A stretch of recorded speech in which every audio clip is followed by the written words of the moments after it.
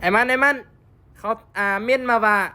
แฟนอายน่ะขี้เล่เกินแขวยาวปานแขวตัวสร้างเขาว่าน่ะแขนยาวปั้นแขวตัวสร้างแมนใช้เขาเป็นคนคอมเมนต์นะดูโอ้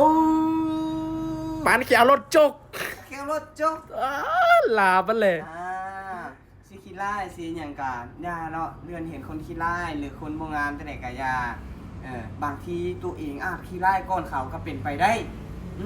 คนในโลกนี้บ่มีไผสิงามเท่าเทียมกันเสมอไปมีทั้งคนดีคนชั่วคนขี้ไล่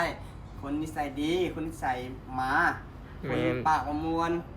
มีคนก็งามแต่นอกจุบก็บ่หอมเนาะปากเหม็นปากประแดกคือเจ้านี่นะก็มีโอเคทุกคนแฟนค่อยเลือกเองค่อยงามค่อยวางงามสำหรับค่อยจะว่าบ่งามจะก็เลื่อนผ่านแล้วค่อยจะเห็นแฟนเจ้า เอาไว้ค่อยเบิ่งแน่หรือว่าบ่มีแฟนเอาว่าบ่เห็นมีได้อยู่หน้าโปรไฟล์บ่เห็นมีแฟนย่านบ่มีแฟนเอาดอก